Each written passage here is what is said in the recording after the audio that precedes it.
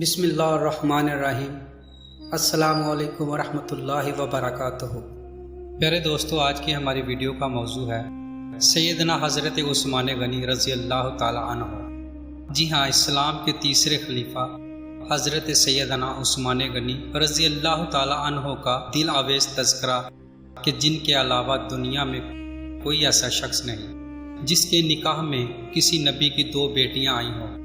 اعلان نبوت سے پہلے نبی کریم صلی اللہ علیہ وآلہ وسلم نے اپنی بیٹی رقیہ کو ان کے نکاح میں دیا۔ بدر کے روز وہ انتقال کر گئی تو آپ صلی اللہ علیہ وآلہ وسلم نے اپنی دوسری بیٹی ام کلثوم کو ان کی نکاح میں دے دیا۔ آپ پہلے ایمان لانے والوں السابقون الاولون میں شامل ہیں، عشرہ مبشرہ میں سے ہیں۔ آپ کی مظلومانہ شہادت تاریخ اسلام کی پیشانی پر ایک داغ ہے جسے قیامت تک مٹایا نہ جا سکے گا۔ نبی کریم صلی اللہ علیہ وآلہ وسلم نے ارشاد فرمایا کہ اے اللہ، میں عثمان سے راضی ہوں، تو بھی اس سے راضی ہو جا۔ عثمان کو آج کے بعد کوئی عمل نقصان نہیں دے گا۔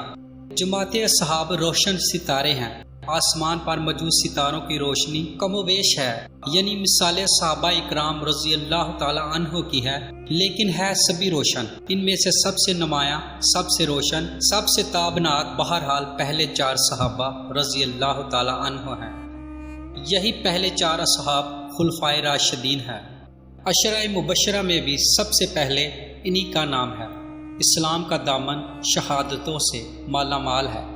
اعلان نبوت کے بعد سے آج تک مسلمان اسلام کے لیے قربانیاں دیتے آئے ہیں۔ خود نبی کریم صلی اللہ علیہ وآلہ وسلم کے دور میں بہت سے صحابہ شہادت سے سرفراز ہوئے۔ آج واقعہ کربلا کو شہادت کا سب سے بڑا واقعہ خیال کیا جاتا ہے۔ ایسا خیال کرنے والے سیدنا عثمان غنی رضی اللہ تعالی عنہ کی شہادت کے واقعے کو نظر انداز کر دیتے ہیں۔ حضرت عثمان غنی رضی اللہ تعالی عنہ کی شہادت حد درجے مظلومانہ شہادت ہے۔ 40 دن تک فسادیوں نے ان کے گھر کو گھیرے رکھا۔ یہ سانحہ اس شخص کے ساتھ پیش آیا جسے نبی کریم صلی اللہ علیہ وآلہ وسلم نے دنیا میں جنتی ہونے کی بشارت سے نوازا۔ یک کے بعد دیگرے اپنی دو بیٹیاں ان کے نکاح میں دی۔ اس کے علاوہ بھی جن کے فضائل بے شمار ہیں، وہ مسلمانوں کے تیسرے خلیفہ حضرت عثمان غنی رضی اللہ تعالی عنہ ہیں۔ اسلام کے لیے ان کی قربانیوں کی ایک طویل فہرست ہے، لیکن افسوس جب ہم تاریخ کے اوراق الٹتے ہیں تو ان کے صفحات پر اس جیسی ہستی کا بھی خون پھیلا نظر آتا ہے۔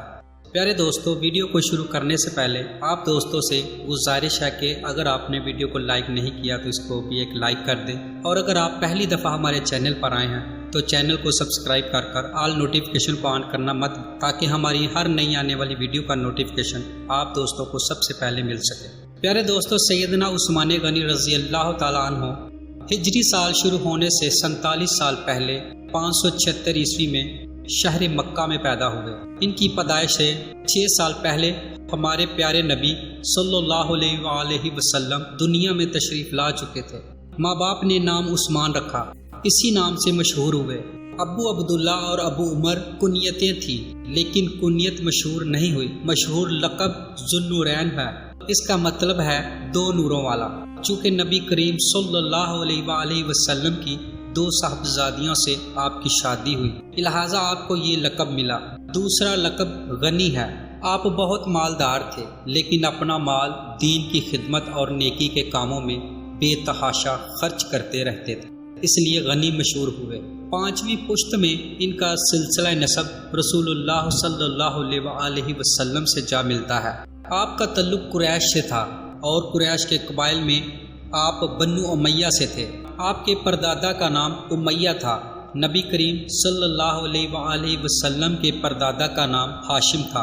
امیہ ہاشم کے بھتیجے اور اپنے خاندان کے رئیس تھے، اس لیے یہ خاندان بنو امیہ کے نام سے مشہور ہوا۔ اس خاندان سے تعلق رکھنے والوں کو امتی کہا جاتا ہے۔ قریش کا قومی جھنڈا بنو امیہ کے پاس تھا۔ اسی طرح بنو ہاشم کے ذمہ کعبے کی نگرانی کا کام تھا۔ گویا دونوں خاندان مرتبے والے تھے۔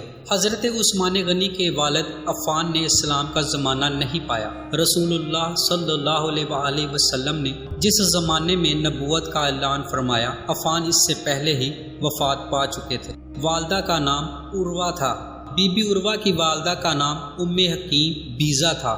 یہ رسول اللہ صلی اللہ علیہ وآلہ وسلم کی پھوپھی یعنی آپ کے والد جناب عبداللہ کی سکی بہن تھی۔ اس طرح بی بی عروہ آپ کی پھوپھی ذات بہن تھی اور عثمان آپ کے بانجے تھے۔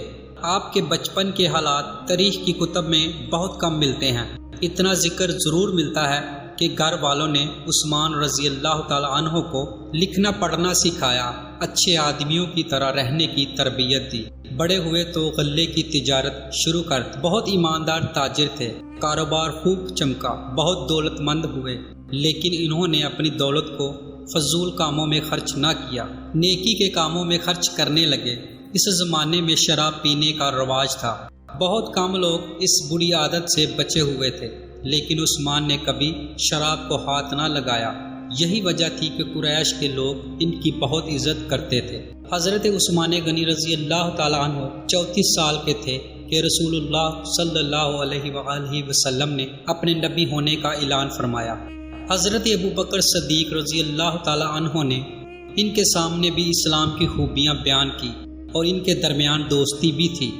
چنانچہ اسلام کی خوبیاں سن کر ان پر فوری اثر ہوا، نبی کریم صلی اللہ علیہ وآلہ وسلم کی خدمت میں حاضر ہونے اور اسلام قبول کرنے پر آمادہ ہو گئے۔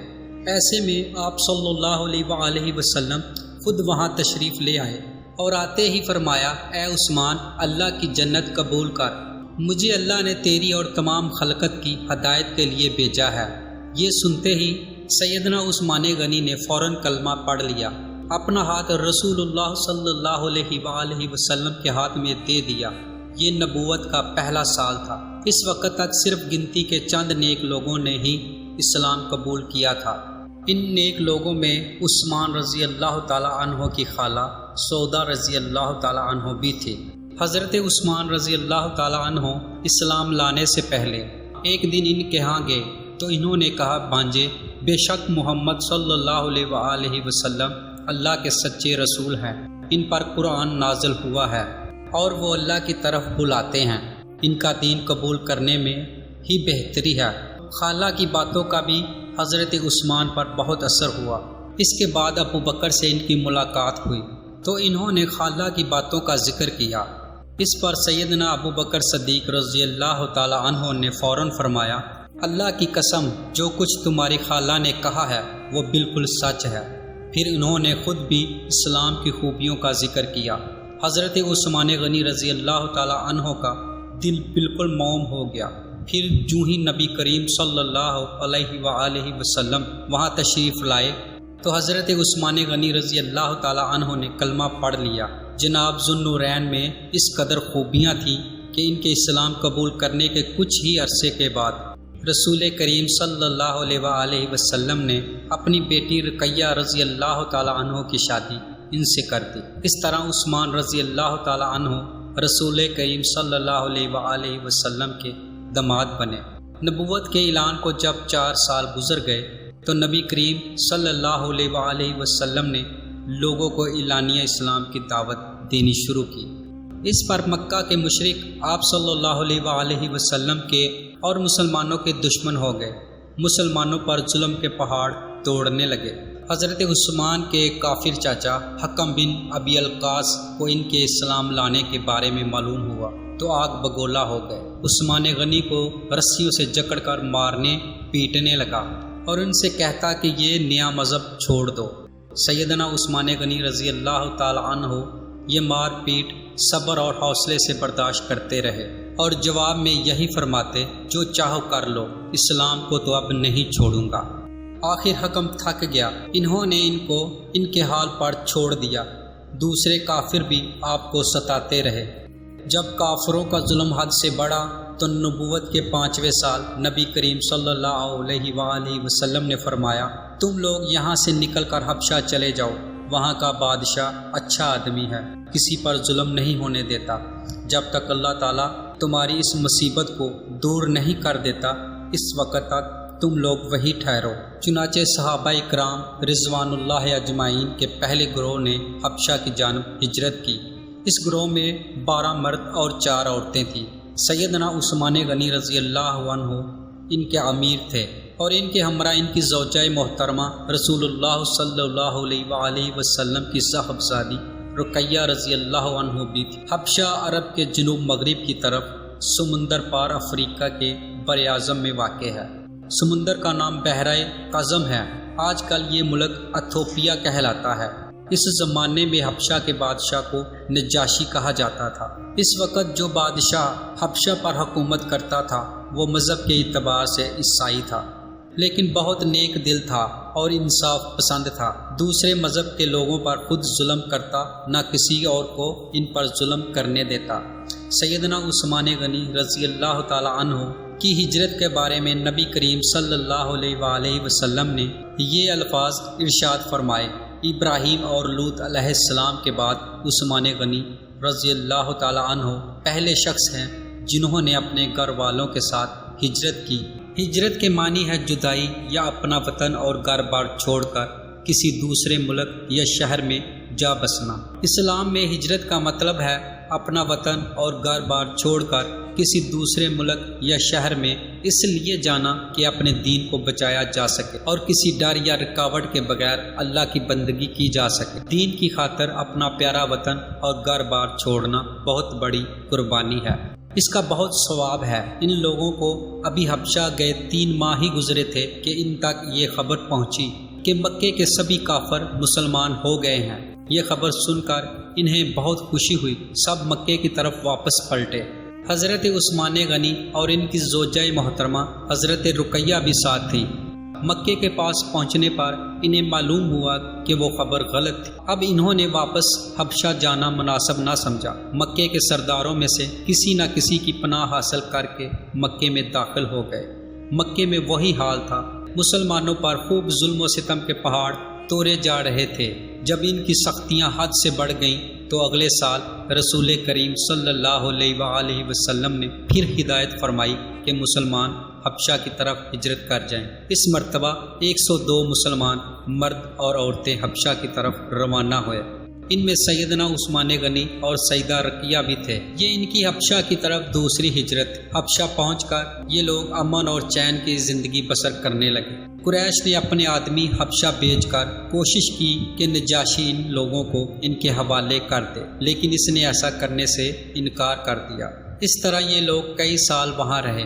نبی کریم صلی اللہ علیہ وآلہ وسلم کے مدینے کی طرف ہجرت کرنے سے کچھ عرصہ قبل یہ پھر مکہ پہنچے۔ نبوت کے 13ویں سال رسول کریم صلی اللہ علیہ وآلہ وسلم نے مسلمانوں کو ہدایت کی کہ وہ ہجرت کر کے یثرب چلے جائیں۔ یثرب مکے کے شمال میں قریباً 421 کلومیٹر دور ایک بہت پرانا شہر تھا۔ وہاں کے رہنے والے بہت سے لوگ مسلمان ہو چکے تھے۔ انہوں نے نبی کریم صلی اللہ علیہ وآلہ وسلم کو یثرب آنے کی دعوت دی اور یہ عزم ظاہر کیا کہ وہ مرتے دم تک آپ کی حفاظت اور مدد کریں گے۔ ان لوگوں کو اسی لیے انصار یعنی مددگار کہا جاتا ہے۔ آپ نے ان کی دعوت قبول فرمائی، لیکن خود یثرب کی طرف روانہ ہونے سے پہلے آپ نے اپنے پیارے ساتھیوں کو مدینے کی طرف ہجرت کرنے کی دعوت دی۔ اس طرح آپ کی اجازت سے مسلمانوں نے ہجرت شروع کی اور سوائے چند ایک مسلمانوں کے سب مدینے پہنچ گئے۔ حضرت عثمان اور حضرت رقیہ نے بھی اس زمانے میں مدینے کی طرف ہجرت کی۔ اس تیسری ہجرت میں ان کے ساتھ ان کے بیٹے عبداللہ بھی تھے۔ یہ حبشہ میں پیدا ہوئے تھے۔ یثرب پہنچ کر اوس بن ثابت انصاری کے مہمان بنے۔ پھر نبی کریم صلی اللہ علیہ وآلہ وسلم جناب حضرت ابو بکر رضی اللہ تعالی عنہ کے ساتھ ہجرت کر کے وہاں پہنچے اور یثرب کو مدینہ النبی کہا جانے لگا، یعنی نبی کا شہر۔ اس کے بعد صرف مدینہ نام رہ گیا۔ مدینے میں مسلمانوں کو پانی کی سخت تکلیف۔ سارے شہر میں صاف اور میٹھے پانی کا صرف ایک کنواں تھا، اس کا نام بے روما تھا۔ کنویں کا مالک ایک یہودی تھا، وہ پیسے لیے بغیر اس کنویں سے پانی نہیں لینے دیتا تھا۔ حضرت عثمان نے یہ کنواں مسلمانوں کے لیے خریدنا چاہا تو یہودی فروخت کرنے پر آمادہ نہ ہوا۔ بڑی مشکل سے 12,000 درہم میں کنویں کا آدھا حصہ بیچنے پر رضامند ہوا۔ یہ اس طرح طے ہوا کہ ایک دن یہودی کی پانی لینے کی باری ہوگی ایک دن سیدنا عثمان رضی اللہ تعالیٰ عنہ کی۔ جس دن سیدنا عثمان رضی اللہ تعالیٰ عنہ کی باری ہوتی تو مسلمان اتنا پانی بھر کر رکھ لیتے تھے کہ 2 دن کے لیے کافی ہو جاتا تھا۔ جب اس یہودی نے دیکھا کہ اب اسے کنویں سے کوئی فائدہ نہیں ہوتا تو اس نے کنویں کا باقی نصف حصہ بھی فروخت کر دیا۔ یہ حصہ بھی سیدنا عثمان غنی رضی اللہ تعالیٰ عنہ نے خرید لیا اور سارا کنواں مسلمانوں کے لیے وقف کر دیا۔ اب کوئی روک ٹوک نہ رہی، مسلمان جس وقت چاہتے پانی لے سکتے تھے۔ آپ نے یہ کنواں مسلمانوں کے لیے 20,000 درہم میں خریدا۔ بھائی چارہ کرواتے وقت نبی کریم صلی اللہ علیہ وآلہ وسلم نے اوس بن ثابت انصاری کو آپ کا بھائی بنایا۔ ہجرت کے بعد آپ انہی کے ہاں اترے تھے۔ اونچے رتبے کے صحابی تھے۔ احد کی لڑائی میں شہادت پائی۔ ابتدا میں مسجد نبوی بہت چھوٹی تھی۔ مسلمانوں کی تعداد میں اضافہ ہوا تو نبی کریم صلی اللہ علیہ وآلہ وسلم نے ارادہ فرمایا ساتھ والی زمین مسجد کے لیے خرید لی جائے۔ آپ نے اعلان فرمایا کہ کوئی ہے جو اس زمین کو خرید کر مسجد میں شامل کر دے اور بدلے میں جنت لے لے۔ اس پر سیدنا عثمان فوراً آگے بڑھے، 10,000 درہم میں زمین خرید کر مسجد کے لیے پیش کر دی۔ ہجرت کے دوسرے سال رمضان المبارک میں بدر کی لڑائی پیش آئی۔ اس وقت نبی کریم صلی اللہ علیہ وآلہ وسلم کی پیاری بیٹی اور حضرت عثمان کی زوجہ محترمہ سیدہ رقیہ رضی اللہ تعالیٰ عنہ سخت بیمار تھی۔ آپ صلی اللہ علیہ وآلہ وسلم نے ان کی دیکھ بھال کے لیے حضرت عثمان رضی اللہ تعالیٰ عنہ کو مدینے میں چھوڑا اور ان سے فرمایا تمہیں اس شخص کے برابر ثواب ملے گا جو لڑائی میں شریک ہوگا، تم یہیں رہ کر رقیہ کی تیمارداری کرو۔ آپ صلی اللہ علیہ وآلہ وسلم نے اپنے ایک اور قریبی صحابی اسامہ بن زید رضی اللہ تعالیٰ عنہ کو بھی مدینے میں چھوڑا تاکہ وہ تیمارداری کے سلسلے میں عثمان رضی اللہ تعالیٰ عنہ کی مدد کریں۔ جس روز بدر کا معرکہ ہوا اور مسلمانوں کو فتح نصیب ہوئی، اسی روز مدینے میں سیدہ رقیہ رضی اللہ تعالیٰ عنہ کا انتقال ہوا۔ حضرت عثمان غنی رضی اللہ تعالیٰ عنہ کو سیدہ رقیہ رضی اللہ تعالیٰ عنہ کی وفات سے بہت صدمہ پہنچا۔ نبی کریم صلی اللہ علیہ وآلہ وسلم بدر سے واپس تشریف لائے۔ بیٹی کے انتقال کی اطلاع ملی، بہت صدمہ محسوس ہوا، آنکھوں سے آنسو جاری ہو گئے۔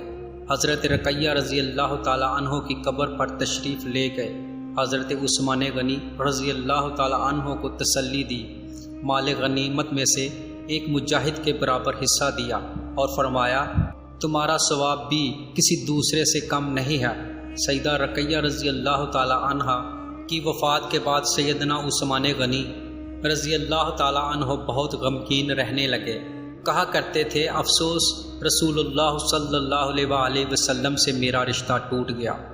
آپ صلی اللہ علیہ وآلہ وسلم نے ان کی یہ حالت دیکھی تو اپنی دوسری بیٹی سیدہ ام کلثوم رضی اللہ تعالیٰ عنہ کا نکاح ان سے کروا دیا۔ یہ نکاح ہجرت کے تیسرے سال ربیع الاول کے مہینے میں ہوا۔ اس کے 2 مہینے بعد سیدہ ام کلثوم رضی اللہ تعالیٰ عنہ کی رخصتی ہوئی۔ ہجرت کے تیسرے سال شوال کے مہینے میں غزوہ احد پیش آیا۔ اس لڑائی میں سیدنا عثمان غنی رضی اللہ تعالیٰ عنہ نے شرکت کی۔ دوسرے مسلمانوں کی طرح بہادری سے لڑے۔ درے پر مقرر 50 سوار جب اس درے سے ہٹ گئے اور کافروں نے اس طرف سے اچانک حملہ کیا تو مسلمانوں کے پاؤں اکھڑ گئے۔ اس وقت آپ صلی اللہ علیہ وآلہ وسلم کی شہادت کی خبر پھیلی تو حضرت عثمان غنی رضی اللہ تعالیٰ عنہ صدمے سے نڈال ہو کر اپنی جگہ کھڑے کے کھڑے رہ گئے۔ پھر جب مسلمانوں نے نبی کریم صلی اللہ علیہ وآلہ وسلم کو دیکھ لیا تب سب لوگ آپ صلی اللہ علیہ وسلم کی طرف دوڑے۔ سیدنا عثمان غنی رضی اللہ تعالیٰ عنہ بھی غزوہ خندق میں بھی آپ رضی اللہ تعالیٰ عنہ نے بھرپور حصہ لیا۔ پھر خندق کی حفاظت کے لیے جن صحابہ کو مامور کیا گیا ان میں سیدنا عثمان غنی رضی اللہ تعالیٰ عنہ بھی شامل تھے۔ مسلمانوں کو کعبے سے بہت محبت تھی۔ جب سے ہجرت کر کے آئے تھے کعبے کی زیارت نہیں کر سکے تھے۔ ہجرت کے 6 سال ذوالحج کے مہینے میں رسول اللہ صلی اللہ علیہ وآلہ وسلم 1400 صحابہ کو ساتھ لے کر مکے کی طرف روانہ ہوئے۔ ان میں سیدنا عثمان بھی شامل تھے۔ آپ کا ارادہ عمرہ کرنے کا تھا۔ مکے میں قریش کو خبر ہوئی کہ مسلمان مکے کی طرف آ رہے ہیں، تو انہوں نے اعلان کر دیا کہ ہم مسلمانوں کو مکے میں داخل نہیں ہونے دیں گے۔ ان کے بہت سے نوجوان مسلمانوں کا راستہ روکنے کے لیے نکل پڑے۔ رسول اللہ صلی اللہ علیہ وآلہ وسلم کو یہ اطلاع ملی تو آپ نے راستہ بدل لیا اور مکے سے چند میل دور حدیبیہ کے مقام پر پہنچ گئے اور یہیں پڑاؤ ڈال دیا۔ حدیبیہ سے آپ نے قریش کو پیغام بھیجا کہ ہم لڑنے کے لیے نہیں آئے بلکہ صرف کعبہ کی زیارت کے لیے آئے ہیں، عمرہ کے بعد ہم واپس چلے جائیں گے۔ قریش نے اس پیغام کے جواب میں طائف کے ایک رئیس عروہ بن مسعود کو بات چیت کے لیے بھیجا۔ اس وقت وہ مسلمان نہیں ہوئے تھے۔ نبی کریم صلی اللہ علیہ وآلہ وسلم نے عروہ بن مسعود سے بھی یہی کہا کہ ہم لڑنے کی نیت سے نہیں آئے، صرف عمرہ کریں گے۔ تو عروہ بن مسعود نے واپس جا کر قریش سے کہا، بھائیو، میں دنیا کے بڑے بڑے بادشاہوں کیسر و کسریٰ اور نجاشی کے درباروں میں گیا ہوں، لیکن میں نے کسی بادشاہ کی اتنی عزت ہوتے نہیں دیکھی جتنی محمد صلی اللہ علیہ وآلہ وسلم کے ساتھی ان کی کرتے ہیں۔ اللہ کی قسم، جب آپ تھوکتے ہیں تو آپ کے ساتھی اپنے ہاتھ آگے کر دیتے ہیں۔ تھوک ان میں سے کسی کی ہتھیلی پہ پڑتا ہے، وہ اس کو اپنے چہرے اور بدن پر مل لیتے ہیں۔ جب وہ کوئی حکم دیتے ہیں تو سب اس کی تعمیر کے لیے دوڑ پڑتے ہیں۔ جب آپ وضو کرتے ہیں تو اس وضو کے پانی کے حصول کے لیے یوں محسوس ہوتا ہے جیسے لڑ پڑیں گے۔ آپ کے ہاں جب کوئی بات آپس میں کرتے ہیں تو بالکل آہستہ اور پست آواز میں، عظمت کے پیش نظر آپ کی طرف نظر اٹھا کر نہیں دیکھتے۔ میرے خیال میں تو بہتر یہی ہے کہ تم مسلمانوں سے صلح کر لو۔ قریش نے ان کی بات نہ مانی۔ نبی کریم صلی اللہ علیہ وآلہ وسلم نے پھر ان کے پاس ایک قاصد کو بھیجا۔ قریش نے اس کے ساتھ بدسلوکی کی تو پھر آپ نے حضرت عثمان غنی کو بھیجا اور قریش کو پیغام دیا کہ ہم جنگ کے لیے نہیں آئے بلکہ کعبے کی زیارت کے لیے قربانی کے جانور ساتھ لے کر آئے ہیں۔ طواف اور قربانی کر کے ہم واپس چلے جائیں گے۔ سیدنا عثمان غنی رضی اللہ تعالی عنہ سے ان کے قریبی تعلقات تھے۔ اس پر انہوں نے کہا، آپ عمرہ کر لیں، ہم دوسرے مسلمانوں کو مکے میں داخل نہیں ہونے دیں گے۔ سیدنا عثمان نے جواب دیا، میں رسول اللہ صلی اللہ علیہ وآلہ وسلم اور دوسرے مسلمانوں کے بغیر عمرہ نہیں کروں گا۔ اس پر کافروں نے انہیں مکے میں روک لیا۔ ادھر یہ خبر پھیل گئی کہ حضرت عثمان رضی اللہ تعالیٰ عنہ کو شہید کر دیا گیا۔ سیدنا عثمان رضی اللہ تعالیٰ عنہ کے واپس نہ آنے کی وجہ سے مسلمانوں کو بھی اس خبر پر یقین ہو گیا۔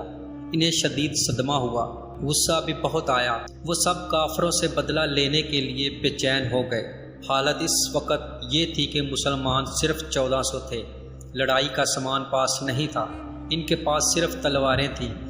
دوسری طرف دشمن پوری تیاری کے ساتھ ان پر حملہ کر سکتا تھا، وہ ہزاروں تھے اور اپنے گھر میں تھے، لیکن نبی کریم صلی اللہ علیہ وآلہ وسلم کا بھروسہ تو اپنے رب پر تھا۔ آپ نے ببول کے ایک درخت کے نیچے اپنے تمام صحابہ سے بیعت لی کہ عثمان کا بدلہ لینے کے لیے لڑیں گے، مرتے دم تک پیچھے نہیں ہٹیں گے۔ سیدنا عثمان کی طرف سے آپ نے خود اپنے ایک ہاتھ پر دوسرا ہاتھ رکھ کر بیعت کی، مطلب یہ کہ آپ نے اپنے دوسرے ہاتھ کو سیدنا عثمان کا ہاتھ قرار دیا اور فرمایا، یہ عثمان کا ہاتھ ہے۔ اس بیعت کو بیعت رضوان کہا جاتا ہے، اس لیے کہ اس میں شرکت ہونے والوں سے اللہ تعالیٰ نے اپنے راضی ہونے کا اعلان فرمایا۔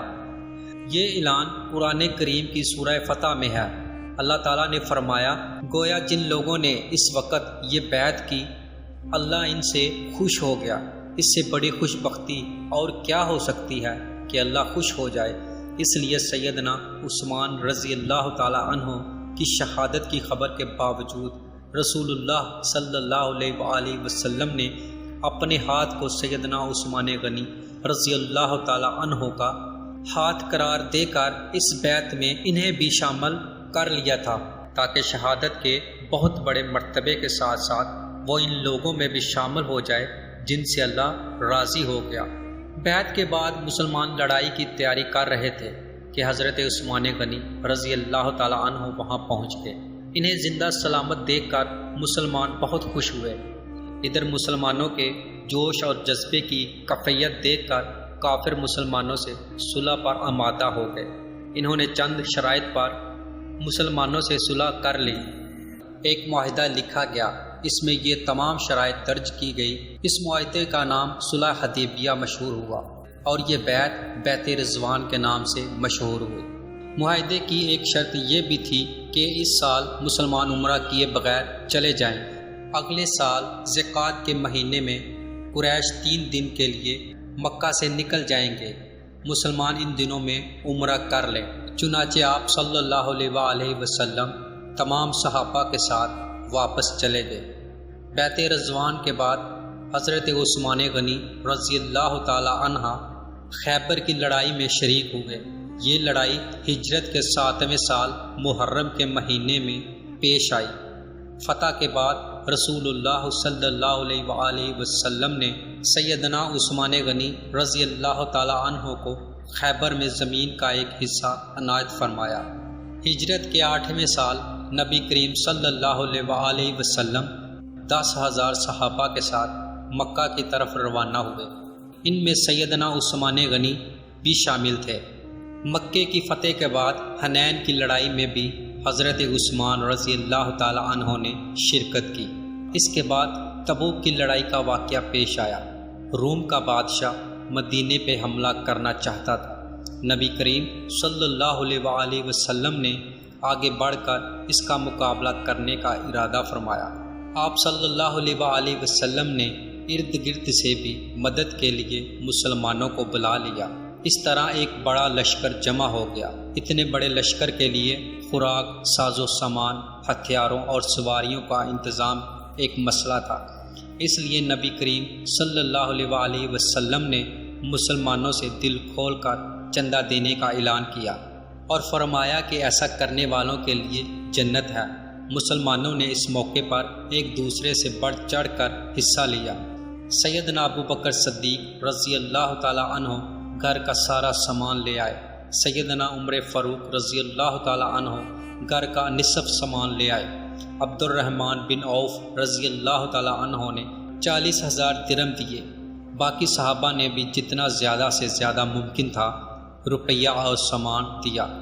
عورتوں نے اپنے زیور اتار کر ڈھیر کر دیے۔ اس روز سیدنا عثمان غنی رضی اللہ تعالی عنہ نے تو حد ہی کر دی۔ ہوا یہ کہ حضرت عثمان رضی اللہ تعالی عنہ نے ملک شام کے لیے قافلہ تیار کیا تھا، جس میں پلان اور کجاوے سمیت 200 اونٹ تھے۔ تقریباً 30 کلو کے قریب چاندی تھی۔ آپ نے یہ سب صدقہ کر دیا۔ اس کے بعد پھر 10 اونٹ پلان اور کجاوے سمیت صدقہ کیا۔ اس کے بعد 1000 دینار جو تقریباً 5.5 کلو سونے کے برابر ہیں نقد لے کر آئے اور انہیں نبی کریم صلی اللہ علیہ وآلہ وسلم کی آغوش مبارک میں بکھیر دیے۔ رسول اللہ صلی اللہ علیہ وآلہ وسلم انہیں الٹتے پلٹتے جاتے تھے اور فرماتے جاتے تھے، آج کے بعد عثمان جو بھی کریں انہیں ضرر نہ ہوگا۔ جس کے بعد سیدنا عثمان غنی رضی اللہ تعالی عنہ نے پھر صدقہ کیا اور صدقہ کیا، یہاں تک کہ ان کے صدقے کی مقدار نقدی کے علاوہ 900 اونٹ اور 100 گھوڑے تک جا پہنچے۔ غزوہ تبوک کے سفر کے موقع پر بھی حضرت عثمان غنی رضی اللہ تعالی عنہ ساتھ تھے۔ واپسی پر ام کلثوم رضی اللہ تعالی عنہ چند دن بیمار رہ کر وفات پا گئیں۔ نبی کریم صلی اللہ علیہ وآلہ وسلم اور حضرت عثمان غنی رضی اللہ تعالی عنہ کو شدید صدمہ پہنچا۔ ہجرت کا 24واں سال شروع ہونے سے 3 دن پہلے دوسرے خلیفہ سیدنا عمر فاروق رضی اللہ تعالی عنہ فجر کی نماز پڑھا رہے تھے کہ ایرانی غلام ابو لغلو فیروز نے ان پر خنجر سے وار کیے۔ اس پر وہ سخت زخمی ہو گئے۔ جب انہیں بچنے کی کوئی امید نہ رہی تو 6 صحابہ کے نام تجویز کیے اور فرمایا کہ ان میں سے کسی ایک کو خلیفہ چن لینا۔ 6 صحابہ کے نام یہ ہیں: عثمان، علی، طلحہ، زبیر، عبد الرحمن بن عوف اور سعد بن ابی وقاص رضی اللہ تعالی عنہ۔ سیدنا عمر فاروق رضی اللہ تعالی عنہ نے 1 محرم کو وفات پائی۔ اس کے بعد 2 دن تک خلافت پر بات ہوتی رہی۔ آخر سیدنا عثمان غنی رضی اللہ تعالیٰ عنہ کو خلیفہ چن لیا گیا۔ خلافت کے وقت آپ کی عمر 70 برس سے زیادہ تھی۔ آپ شہادت تک تقریباً 12 سال خلیفہ رہے۔ اس عرصے میں کئی نئے ملک اور علاقے فتح ہوئے۔ اسلامی حکومت کا رقبہ لاکھوں مربع میل پڑ گیا۔ ایک شاندار بحری بیڑا تیار ہوا۔ ان کے زمانے میں آذربائیجان سیدنا خالد بن ولید رضی اللہ تعالیٰ عنہ کے ہاتھ پر دوبارہ فتح ہوا۔ اسی طرح ارمینیا فتح ہوا۔ 27 ہجری کو سیدنا عبداللہ بن سعد بن ابی سرا رضی اللہ تعالیٰ عنہ نے افریقہ پر چڑھائی کی۔ اس طرح طرابلس، قبرص، تبرستان اور جرجان کے علاقے فتح ہوئے۔ 29 ہجری کو تو گویا فتوحات کا سیلاب ہی آ گیا۔ کچھ علاقوں نے حضرت عمر رضی اللہ تعالیٰ عنہ کی شہادت کے بعد بغاوت شروع کر دی تھی۔ ان کو بھی دوبارہ فتح کیا گیا۔ چنانچہ فارس، مد، بلخ اور ہرات تک سارے علاقے فتح کیے گئے۔ سیستان، تخار، ترکستان فتح ہوئے۔ ترکستان ایران اور چین کے درمیان واقع ہے۔ تالقان، فاریاب اور جوزجان کو سخت لڑائیوں کے بعد فتح کیا گیا۔ بہت سے علاقے اسلام کے پرچم تلے آ گئے، یہاں تک کہ اسلامی حکومت کی سرحدیں چین کی سرحد سے جا ملی۔ ایک سالار عبد الرحمن بن سمر رضی اللہ تعالی عنہ بلوچستان تک آ پہنچے اور اس کے بڑے حصے پر قبضہ کر لیا۔ اس زمانے میں بلوچستان نام کا کوئی صوبہ نہیں تھا۔ اس علاقے کو سندھ کا حصہ سمجھا جاتا تھا۔ پھر پورے ایران کو فتح کر لیا گیا۔ کابل سمیت وہ تمام علاقے اسلامی حکومت میں شامل ہو گئے جو آج کل افغانستان، بلوچستان اور وسط ایشیا کا حصہ ہیں۔ ایران میں آئے دن بغاوتیں ہوتی رہتی تھیں۔ اس کی وجہ یہ تھی کہ ایران کا آخری آتش پرست حکمران یزدگردہ ابھی زندہ تھا۔ سیدنا عمر فاروق رضی اللہ تعالی عنہ کے زمانے میں وہ بھاگ کر ترکستان چلا گیا تھا۔ سیدنا عثمان غنی رضی اللہ تعالی عنہ کے دور میں وہ خراسان اور پھر سیستان پہنچا۔ مسلمانوں کے خلاف بغاوت کی، لیکن اسلامی لشکر نے دونوں جگہ سے اس کی بغاوت کو کچل دیا۔ خود یزدگردہ ایک 5 چکی والے دہاتی کے ہاتھوں مارا گیا۔ یہ واقعہ عثمان غنی رضی اللہ تعالیٰ عنہ کی خلافت کے 8ویں سال پیش آیا۔ اس کے بعد ایران میں بغاوتوں کا سلسلہ رک گیا۔ اس کے بعد روم کے بادشاہ کانسٹنٹ نے شام اور مصر پر حملے کا ارادہ کیا۔ وہ 500 جنگی جہازوں کے بحری بیڑے کے ساتھ اسلامی ساحلوں کی طرف بڑھا، لیکن اسلامی لشکر نے اسے زبردست لڑائی کے بعد شکست فاش دی۔ رومی دم دبا کر بھاگے۔ بھاگنے والوں میں ان کا بادشاہ بھی تھا۔ اس جنگ کو مستولوں والی جنگ کہا جاتا ہے۔ اس طرح رومیوں کا غرور خاک میں مل گیا۔ رومی بحری بیڑے کا رعب ہمیشہ کے لیے خاک میں مل گیا۔ سمندری لڑائی میں مسلمانوں کی یہ جیت سیدنا عثمان غنی رضی اللہ تعالی عنہ کی خلافت کے زمانے کا اتنا عظیم الشان کارنامہ ہے کہ ہم اس پر فخر کر سکتے ہیں۔ سیدنا عثمان غنی رضی اللہ تعالی عنہ کے زمانے کی فتوحات 2 قسم کی ہیں۔ سیدنا عمر رضی اللہ تعالی عنہ کے زمانے میں جو علاقے فتح ہوئے تھے، ان میں سے کچھ باغی ہو گئے تھے۔ سیدنا عثمان غنی رضی اللہ تعالی عنہ کے دور خلافت میں ان علاقوں کو دوبارہ فتح کیا گیا۔ اس طرح ان علاقوں پر دوبارہ اسلام کا جھنڈا لہرانے لگا۔ ان میں آذربائیجان، ارمینیا، ہمدان، خراسان اور سکندریہ وغیرہ کی بغاوتوں کا کچلا جانا شامل ہے۔ دوسری قسم کی فتوحات وہ ہیں جو مسلمانوں نے نئے علاقے فتح کیے۔ ان میں افریقہ یعنی طرابلس، مراکش، الجزائر، تیونس کے علاقے، نیز ان کے علاوہ قبرص، تبرستان، جرجان، افغانستان، ترکستان اور قفقاز وغیرہ فتح ہوئے۔ قفقاز کو کوکاف بھی کہا جاتا ہے۔ ایران کے بہت سے علاقے حضرت عمر رضی اللہ تعالیٰ عنہ کے دور میں فتح ہو چکے تھے۔ کچھ باقی تھے، مثلاً طوس، بحق، نیشاپور، بلخ وغیرہ۔ یہ سب سیدنا عثمان غنی رضی اللہ تعالیٰ عنہ کے زمانے میں فتح ہوئے۔ بحری بیڑے کی فتح کے بعد مسلمان بحرہ روم پر چھا گئے۔ دنیا کی ایک زبردست بحری طاقت بن گئے۔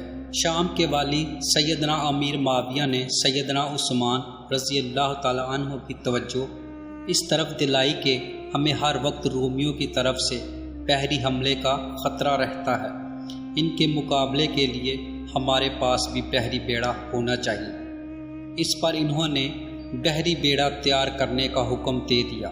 سیدنا امیر معاویہ نے مصر کے والی عبداللہ بن سعد کے ساتھ مل کر ایک عظیم الشان بحری بیڑا تیار کیا، جس میں کئی سو جنگی جہاز تھے۔ جہاز بنانے کا پہلا کارخانہ مصر میں قائم ہوا۔ بحری بیڑے کے ساتھ بحری فوج بھی قائم کی گئی۔ اس بیڑے کا نصف حصہ شام اور نصف مصر کے ساحل پر رہتا۔ جلد ہی مسلمانوں کی بحری طاقت اس قدر بڑھ گئی کہ انہوں نے قبرص کے جزیرے کو فتح کر لیا۔ پھر مستوروں والی لڑائی میں رومی بحری بیڑے کو شکست دی۔ یہ شکست اس قدر زبردست تھی کہ پھر مدت دراز تک رومیوں کو اسلامی ملکوں پر حملہ کرنے کی جرأت نہ ہوئی۔ سیدنا عثمان نے اپنے زمانے میں رفع عامہ یعنی عام لوگوں کی بھلائی کے بے شمار کام کیے۔ ان میں سے کچھ یہ ہیں: نجد کے راستے پر ایک شاندار صحرائے بنوائی، اس کے ساتھ ایک چھوٹا سا بازار بسایا، نیچے پانی کا ایک کنواں کھدوایا۔ خیبر کی طرف سے کبھی کبھار سیلاب آتا، مدینے سے کچھ فاصلے پر ایک بند تعمیر کروایا تاکہ سیلاب کا رخ مدینے کی طرف نہ ہو۔ نہریں کھدوا کر بھی اس کا رخ موڑا گیا۔ اس بند کو بند مخدور کہا جاتا ہے۔ کوفے میں مسلمانوں کے لیے ایک عظیم الشان مہمان خانہ بنوایا۔ پورے ملک میں اونٹوں اور گھوڑوں کی پرورش کا بہت اچھا انتظام کیا۔ ان کے لیے جگہ جگہ چراگاہیں بنوائیں، ان کے قریب چشمے بنوائے۔ بعض چراگاہیں اتنی بڑی تھیں کہ ان میں کئی ہزار اونٹ اور گھوڑے پرورش پاتے تھے۔ ان چراگاہوں کی نگرانی کرنے والوں کے لیے ان کے ساتھ مکان بنوائے۔ مدینے کی طرف آنے والے تمام راستوں کو اچھے طریقے سے بنوایا تاکہ مسافروں کو کوئی تکلیف نہ ہو۔ ان پر جگہ جگہ چوکیاں اور سرائے بنوائے، چشموں کے پانی کا انتظام کیا، سڑکیں بنوائیں، ندی نالوں اور دریاؤں پر پل بنوائے، مختلف شہروں میں مساجد تعمیر کروائیں۔ آپ کے زمانے میں مدینے میں ایک بہت بڑا بیت المال تھا۔ اس کے علاوہ ہر صوبے میں ایک بیت المال ہوتا تھا، گویا سرکاری خزانے تھے۔ ان سے حقداروں کو حق دیا جاتا، محتاجوں کی مدد کی جاتی۔ بے شمار نئے علاقے فتح ہونے کی وجہ سے ملک کی آمدنی بڑھ گئی، چنانچہ جن لوگوں کو بیت المال سے وظیفے ملتے تھے ان میں 1 درہم کا اضافہ کر دیا گیا۔ رمضان المبارک میں امہات المومنین یعنی امت کی ماؤں کو 2 درہم روزانہ، جبکہ دوسرے لوگوں کو 1 درہم بیت المال سے دیا جاتا تھا۔ اس کے علاوہ انہیں کھانا بھی دیا جاتا تھا۔ مقدمات کا فیصلہ کرنے کے لیے جگہ جگہ قاضی مقرر تھے۔ قاضی عالم لوگوں کو مقرر کیا جاتا تھا، انہیں معقول تنخواہیں دی جاتی تھیں۔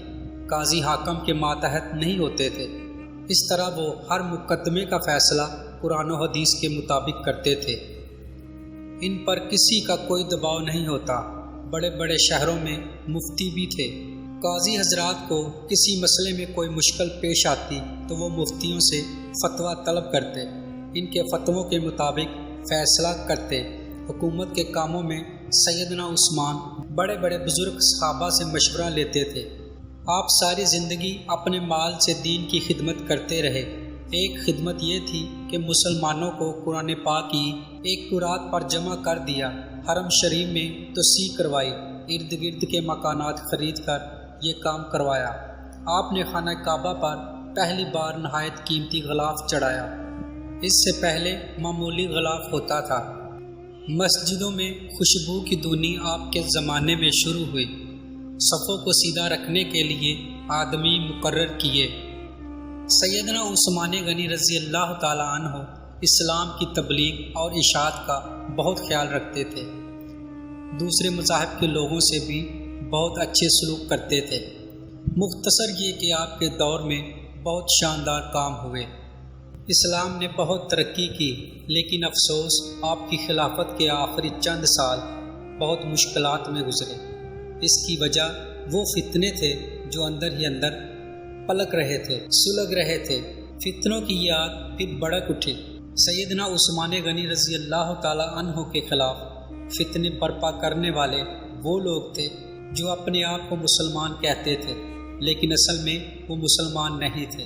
انہوں نے مسلمانوں کا روپ دار لیا تھا، اور یہ روپ انہوں نے دارا ہی اسی لیے تھا کہ مسلمانوں کی جڑوں کو کھوکھلا کریں، ان کے خلاف سازشیں کریں، فتنے جگائیں، انہیں آپس میں لڑا دیں تاکہ مسلمان کمزور سے کمزور ہوتے چلے جائیں۔ سیدنا عثمان غنی رضی اللہ تعالیٰ عنہ کے خلاف سازشوں کا بازار جن لوگوں نے گرم کیا، ان کا سردار عبداللہ بن سبا تھا۔ یہ یہودی نسل کا ایک مکار آدمی تھا۔ اس نے پرہیزگاری کا لباس اوڑھ رکھا تھا۔ لوگ اس کی باتوں میں آتے چلے گئے، بے شمار لوگوں کو اس نے اپنا ہم خیال بنا لیا۔ اس نے سیدنا عثمان غنی رضی اللہ تعالیٰ عنہ اور ان کے گورنروں کے خلاف لوگوں کو بھڑکانا شروع کر دیا۔ وہ ان کے ہر کام میں نقص نکالنے لگا، ان پر بے جا الزامات لگانے لگا۔ بہت سے کمزور ایمان والے لوگ اس کی گرد جمع ہو گئے۔ ان میں سے ایسے لوگ بھی تھے جو نئے نئے مسلمان ہوئے تھے، ان میں ابھی اتنی پختگی نہیں آئی تھی۔ کوفہ، بصرہ اور مصر میں اس نے سازشوں کا جال بچھایا۔ یہ جال اس قدر مہارت سے بچھایا گیا کہ بعض نیک دل لوگ بھی شک میں پڑ گئے کہ کہیں واقعی تو ایسا نہیں ہے۔ ایسے لوگوں میں بھی بے چینی پھیل گئی۔ پھر بے چینی کی یہ لہر مدینے کے لوگوں تک جا پہنچی۔ عبداللہ بن سبا اور اس کے حامیوں نے فتنے اور سازش کی یہ آگ الزامات کے ذریعے لگائی۔ اس نے الزام لگایا کہ عثمان غنی رضی اللہ تعالیٰ عنہ نے اپنے رشتہ داروں کو خوش کرنے کے لیے انہیں بڑے بڑے عہدوں پر مقرر کر رکھا ہے۔ انہوں نے بیت المال سے بڑی بڑی رقمیں ایسے لوگوں کو دی جو ان کے حقدار نہیں تھے، بلکہ زیادہ تر ان کے رشتہ دار تھے۔ طرابلس کی جنگ سے جو مال غنیمت حاصل ہوا، اس کا 5واں حصہ بیت المال کا حق تھا، لیکن انہوں نے مصر کے گورنر عبداللہ بن سعد کو دے دیا۔ جب سیدنا عثمان غنی رضی اللہ تعالیٰ عنہ تک یہ بات پہنچی تو انہوں نے پھر بڑے مجمع میں ان الزامات کے یہ جواب دیے: میں نے ان لوگوں کو خوش کرنے کے لیے نہیں بلکہ لائق بہادر اور بھروسے کے قابل سمجھ کر اونچے عہدوں پر مقرر کیا ہے۔ میں اپنے خاندان والوں سے واقعی محبت کرتا ہوں، لیکن ان کی خاطر ظالم نہیں بن سکتا۔ میں ان کے صرف وہی حق ادا کرتا ہوں جو واجب ہے۔ ان کو دل کھول کر دیتا ہوں تو بیت المال سے نہیں، اپنے ذاتی مال میں سے دیتا ہوں۔ مسلمانوں کا مال میں اپنے لیے حلال سمجھتا ہوں اور نہ کسی دوسرے کے لیے۔ طرابلس کی لڑائی میں عبداللہ بن سعد اسلامی فوج کے سپہ سالار تھے۔ میں نے ان سے وعدہ کیا تھا کہ اگر آپ لڑائی میں کامیاب ہوئے تو مال غنیمت کے مال کا 5واں حصہ آپ کو دیا جائے گا۔ فتح کے بعد میں نے اپنے وعدے کے مطابق یہ حصہ انہیں دیا، لیکن جب دوسرے مسلمانوں نے اس بات کو پسند نہ کیا تو میں نے یہ حصہ ان سے لے کر بیت المال میں جمع کروا دیا۔ اب اس میں اعتراض والی بات کون سی رہ گئی؟ اس کے علاوہ ان پر ایک چراگاہ کے بارے میں بھی الزام تھا۔ یہ چراگاہ مدینے کے قریب بنائی گئی تھی۔ سیدنا عثمان غنی رضی اللہ تعالیٰ عنہ نے اس کو حکومت کی ملکیت قرار دیا، عام لوگوں کو اس سے فائدہ اٹھانے سے روک دیا۔ اس الزام کے جواب میں انہوں نے یہ کہا کہ یہ چراگاہ جو مجھ سے پہلے ہی سرکاری بنا دیا گیا تھا تاکہ سرکاری اونٹ اور گھوڑے وہاں چڑھ سکیں، میں نے اس میں عام لوگوں کو مویشی چرانے سے نہیں روکا۔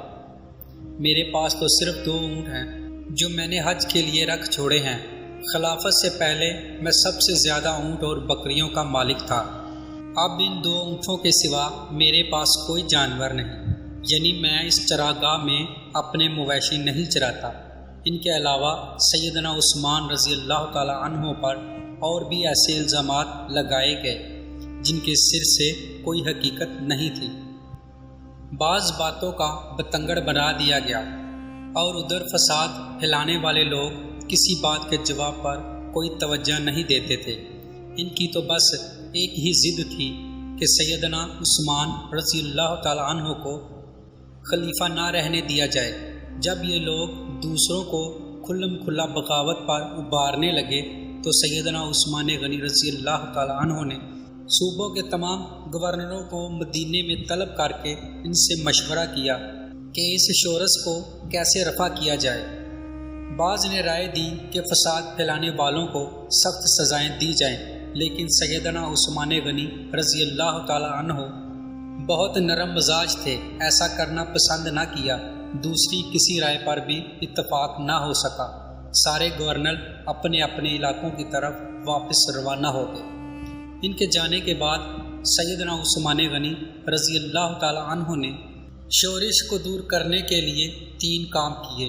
ایک یہ کہ کوفے کا گورنر سعید بن عاص کی جگہ بزرگ صحابی ابو موسیٰ اشعری کو مقرر فرمایا، کیونکہ کوفے کے باغی سعید بن عاص کے دشمن بن چکے تھے اور انہوں نے یہ مطالبہ کیا تھا کہ ابو موسیٰ اشعری کو کوفے کا گورنر بنایا جائے۔ دوسرا یہ کہ چند صحابہ کو صوبوں میں یہ تحقیق کرنے کے لیے بھیجا کہ لوگوں کی جائز شکایات کیا ہیں اور انہیں کیسے دور کیا جا سکتا ہے اور ان کو کیسے دور کیا جا سکتا ہے۔ تیسرا یہ کہ ملک بھر میں اعلان کروا دیا کہ جس کسی کو مجھ سے یا میرے کسی حاکم سے کوئی شکایت ہو وہ حج کے موقع پر پیش کرے، میں یہ شکایت دور کروں گا اور ظالم سے مظلوم کا حق دلاؤں گا۔ جس وقت سیدنا عثمان غنی رضی اللہ تعالیٰ عنہ حالات کو سدھارنے کی یہ کوشش فرما رہے تھے، عین اسی وقت دوسری طرف مصر، کوفہ اور بصرہ کے سازشی لوگوں نے آپس میں خطوط لکھ کر خفیہ طریقے سے طے کیا کہ اچانک مدینہ پہنچ کر سیدنا عثمان غنی رضی اللہ تعالیٰ عنہ سے تلوار کے زور پر اپنے مطالبات منوائے جائیں۔ آخر یہ لوگ جن کی تعداد ہزاروں میں تھی ایک ہی وقت میں مدینے پہنچے۔ شہر سے 2-3 میل دور پڑاؤ ڈالا۔ پہلے ان لوگوں نے مدینے کے سب سے بزرگ صحابہ علی، طلحہ، زبیر اور سعد بن ابی وقاص رضی اللہ تعالیٰ عنہ کو اپنے ساتھ ملانے کی کوشش کی، لیکن چاروں نے ان کا ساتھ دینے سے انکار کر دیا۔ اس کے بعد سیدنا علی رضی اللہ تعالیٰ عنہ جناب عثمان رضی اللہ تعالیٰ عنہ کی طرف سے باغیوں کے پاس گئے اور ان کے ایک ایک الزام کا جواب دے کر انہیں واپس جانے کی ترغیب دی۔ ساتھ ہی انہیں یقین دلایا کہ سیدنا عثمان رضی اللہ تعالیٰ عنہ تمہارے تمام جائز مطالبات ماننے کے لیے تیار ہیں۔ اس پر سارے باغی واپس جانے پر رضامند ہو گئے اور اپنے اپنے علاقے کی طرف روانہ ہو گئے۔ اس واقعے کو چند ہی روز گزرے تھے کہ مدینے کی گلیاں گھوڑوں کے ٹاپوں اور انتقام کی آوازوں سے گونج اٹھی۔ لوگ گھبرا کر باہر نکلے۔ انہوں نے دیکھا کہ مصری باغیوں کی جماعت پھر واپس آ گئی ہے۔ حضرت علی آگے بڑھے اور ان سے واپس آنے کا سبب پوچھا تو انہوں نے جواب دیا کہ ہم واپس جا رہے تھے، رستے میں ایک شخص کو دیکھا جو مدینہ کی طرف سے آ رہا تھا اور بڑی تیزی سے مصر کی طرف جا رہا تھا۔ ہمیں اس کی چال ڈال سے شبہ گزرا، اسے روک کر اس کی تلاشی لی تو اس کے پاس ایک خط ملا۔ وہ خط مصر کے گورنر کے نام تھا۔ خط امیر المومنین حضرت عثمان کی طرف سے تھا، جس میں انہوں نے لکھا تھا کہ جو لوگ مدینہ سے مصر واپس آ رہے ہیں ان سب کو قتل کر دیا جائے۔ خط پر سیدنا عثمان کی مہر بھی لگی تھی۔ اس خط کو دیکھ کے ہم نے سمجھ لیا کہ ہمارے ساتھ دھوکہ کیا جا رہا ہے۔ اب ہم اس دھوکے کا انتقام لینے کے لیے واپس آئے ہیں۔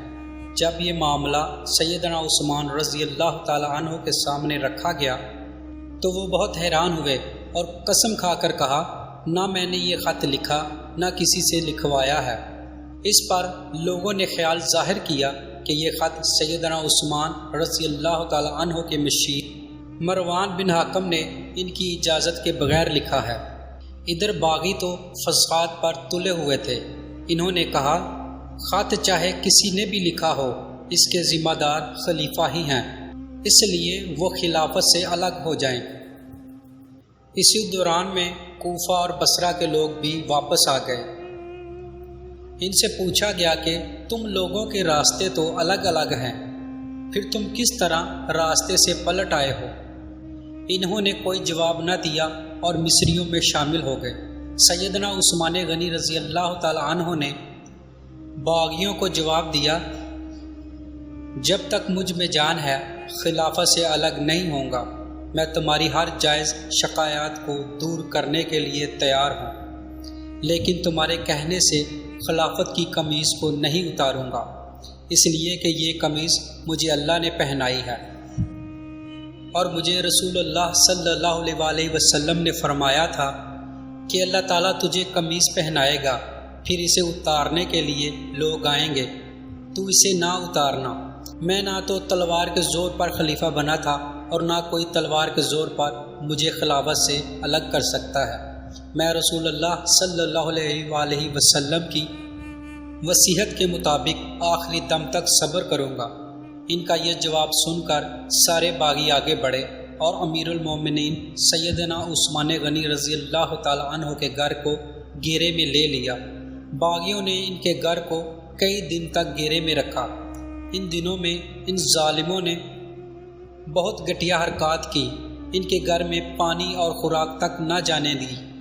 ایک روز ام المومنین سیدہ حبیبہ رضی اللہ تعالی عنہ نے کھانے پینے کی کچھ چیزیں لے کر سیدنا عثمان غنی تک جانے کی کوشش کی، لیکن ظالم باغیوں نے ان کی بے ادبی کی اور آگے نہ جانے دیا۔ ایک روز سیدنا علی رضی اللہ تعالی عنہ نے اپنے چند آدمیوں کے ذریعے پانی کی 3 مشکیں بھجوائیں۔ ان آدمیوں کو باغیوں نے روکا، لیکن وہ لڑ جھگڑ کر اور کئی زخم کھا کر پانی کی مشکیں اندر لے جانے میں کامیاب ہو گئے۔ 1-2 بار پڑوس کے گھروں سے بھی خوراک اور پانی کی مدد پہنچی، لیکن یہ اتنی کم تھی کہ بڑی مشکل سے 1-2 دن گزرتے تھے۔ مدینے میں جتنے بھی بزرگ اور جلیل القدر صحابہ موجود تھے، ان سب نے باغیوں کو بہت سمجھایا، لیکن باغیوں نے ان کا بھی لحاظ نہ کیا، کوئی بات نہ مانی۔ خود امیر المومنین سیدنا عثمان غنی رضی اللہ تعالی عنہ نے کئی مرتبہ باغیوں کو سمجھانے کی کوشش کی، ان کے سامنے بہت بااثر تقریر کی اور انہیں یاد دلایا کہ رسول اللہ صلی اللہ علیہ وآلہ وسلم جب مدینے میں تشریف لائے تھے تو مسجد نبوی کے لیے جگہ تنگ تھی۔ آپ نے اعلان فرمایا تھا کہ جو شخص مسجد کے لیے زمین خریدے گا اسے جنت میں جگہ ملے گی۔ میں نے ہی یہ جگہ خرید کر مسجد میں شامل کی تھی، لیکن آج تم مجھے اس مسجد میں نماز پڑھنے سے روکتے ہو۔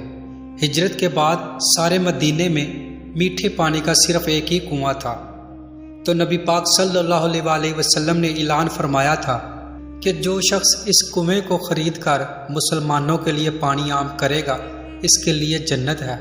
کیا تمہیں علم نہیں کہ میں نے ہی یہ کنواں خرید کر مسلمانوں کے حوالے کیا تھا، لیکن آج تم نے مجھ پر اس کنویں کا پانی بند کر دیا۔ رسول اللہ صلی اللہ علیہ وآلہ وسلم کے ساتھ میرا کیا تعلق تھا، کیا تم یہ نہیں جانتے؟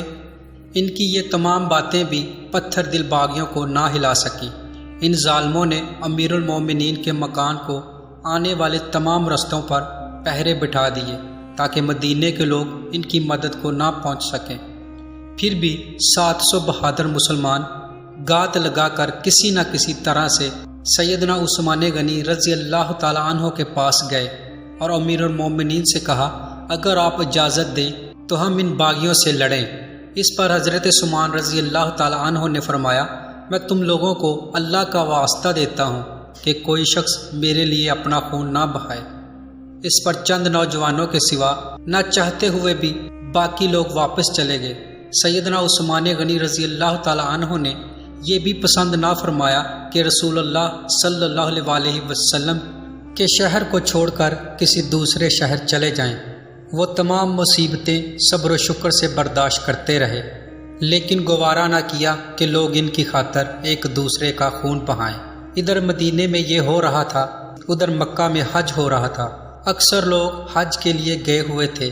باغی بھی یہ سوچ رہے تھے کہ حج کے بعد لوگ مدینے کا رخ کریں گے اور موقع ہاتھ سے نکل جائے گا، چنانچہ وہ سیدنا عثمان کے قتل کا مشورہ کرنے لگے۔ سیدنا عثمان کو ان کے ارادوں کی خبر ہوئی تو انہوں نے مکان کی چھت پر کھڑے ہو کر باغیوں کے سامنے یہ تقریر کی کہ لوگو، آخر تم مجھے کس جرم میں قتل کرنا چاہتے ہو؟ اسلام 3 صورتوں کے علاوہ کسی مسلمان کو قتل کرنے کی اجازت نہیں دیتا، یا تو وہ اسلام لانے کے بعد اس سے پھر جائے، یا شادی کے بعد بدکاری کرے یا کسی کو جان بوجھ کر قتل کرے، اللہ کی قسم میں نے ان تینوں میں سے کوئی گناہ نہیں کیا، پھر تم میرے خون کے پیاسے کیوں ہو؟ باغیوں پر اس تقریر کا بھی کوئی اثر نہ ہوا۔ انہوں نے 18 ذوالحج 35 ہجری کو امیر المومنین کے مکان پر حملہ کر دیا۔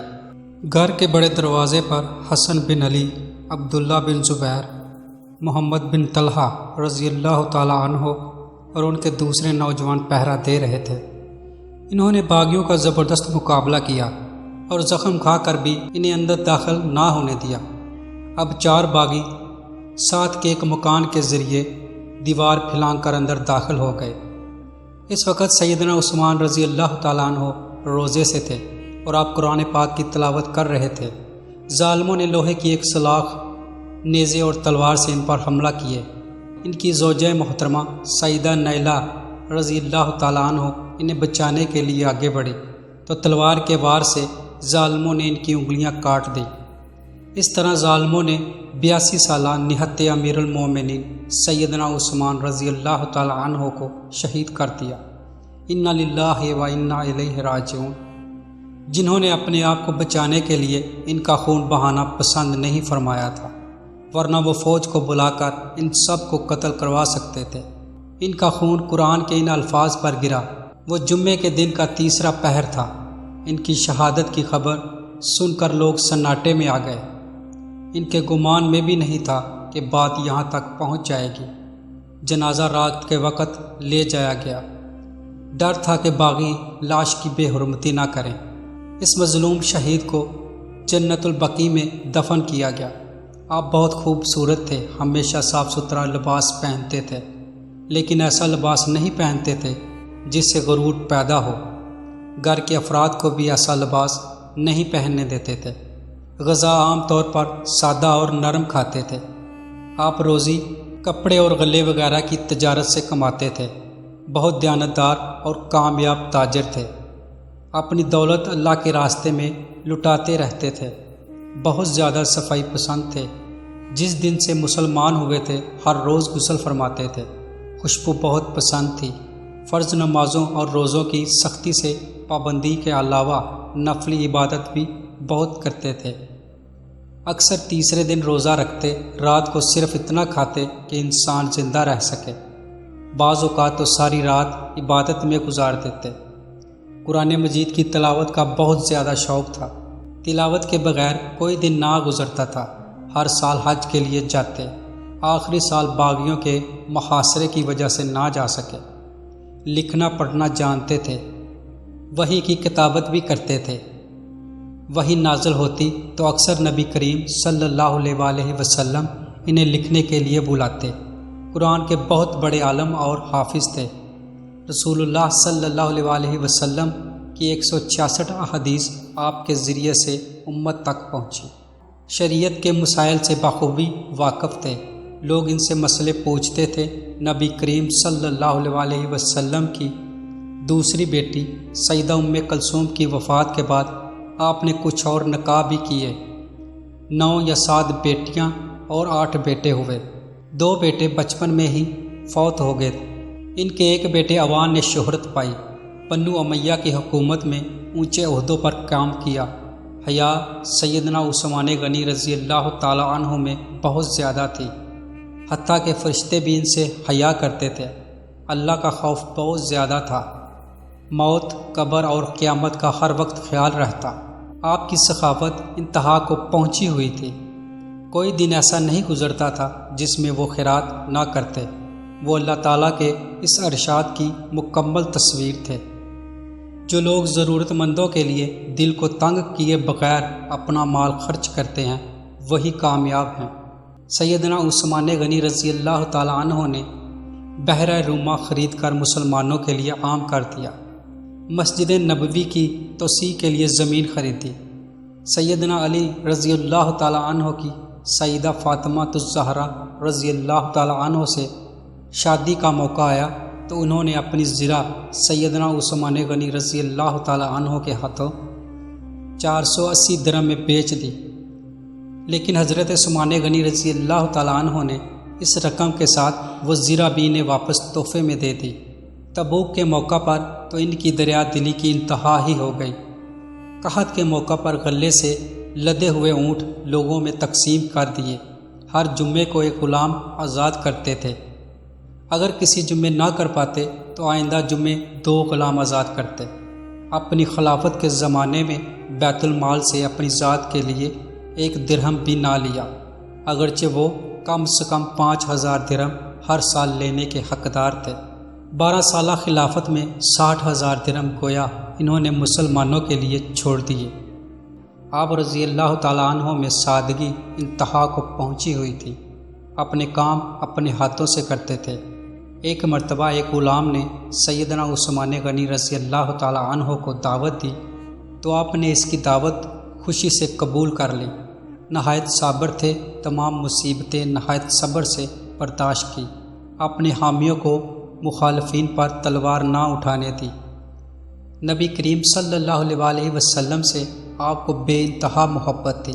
ایک مرتبہ نبی کریم صلی اللہ علیہ وسلم کے گھر میں 4 دن کا فاقہ تھا تو سیدنا عثمان غنی رضی اللہ تعالیٰ عنہ کو پتہ چلا تو فوراً بہت سا آٹا، کھجوریں، 1 بکرا اور 300 درہم لے کر حضور صلی اللہ علیہ وسلم کے گھر پہنچے۔